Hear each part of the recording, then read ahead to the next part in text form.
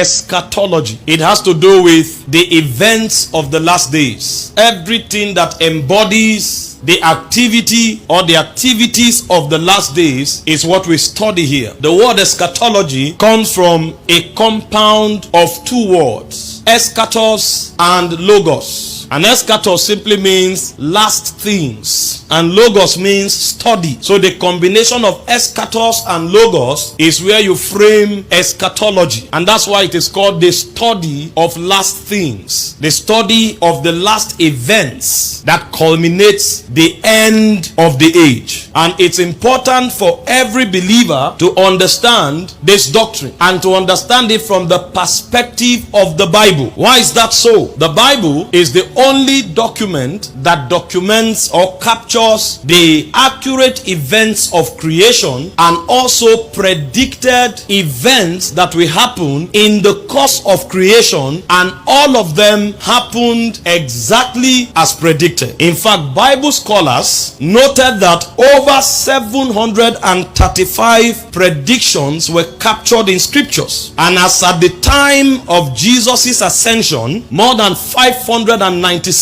has been fulfilled, meaning 81% of biblical predictions have been fulfilled with 100% accuracy. The remaining 19, therefore, should be believed, because we are already at the level of A+.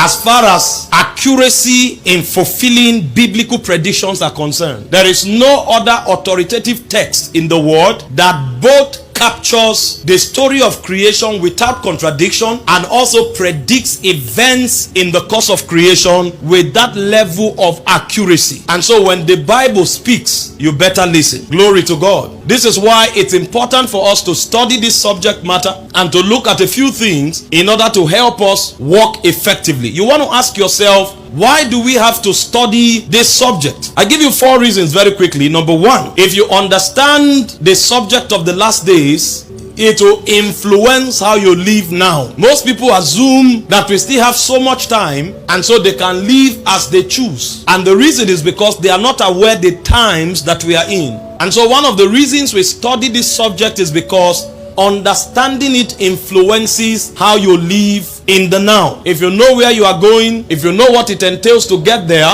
and if you know the consequences of not getting there, and if you also know that you don't have much time, even demons are careful. The Bible said the devil comes with a lot of wrath because he knows that his time is short. So even demons are influenced, knowing that time is short. Meanwhile, they are already condemned. You who has a glorious destiny with God, if you are careless, it's simply because you don't understand the time that you are in. So we study it because it influences how we live today. Number 2, it stirs the desire to reject evil, because captured within the context of the doctrine of the last days are judgments for those who choose the path of iniquity. And so if you understand the end of those who live in sin or who facilitate evil, you will be careful to avoid it. So the second reason we study this subject is because it stirs the desire to reject evil completely. Number 3, we study this subject because it also empowers us and fortifies us to endure trials. If you understand the times that you are in, certain things that happen to you will no longer take you by surprise, because captured within this doctrine reveals to you some of the persecutions that believers are supposed to suffer. In fact, Peter told us not to count it as strange when we go through diverse trials. It's not peculiar to you. This is within the scope of the Christian experience, and there is no other doctrine that reveals to you the blessings of trials than the doctrine of eschatology. And then finally, why do we study this doctrine? We study this doctrine because it provokes urgency for soul winning and for kingdom advancement. If you know that our time here is short, you will become more aggressive in winning people back to God. And you also be aggressive because you know when you return to eternity, there is a reward for your labor. So when you find people whom's living is not influenced by God, when you find people whom's living is not with a dogged desire to reject evil, and when you find people who are not strong to survive trials and persecutions, and you also find people who are not sold into kingdom advancement and soul winning, one of the things that makes that possible is their ignorance of the doctrine of the last days. They don't know where we are, and they don't know what to do now that we are here.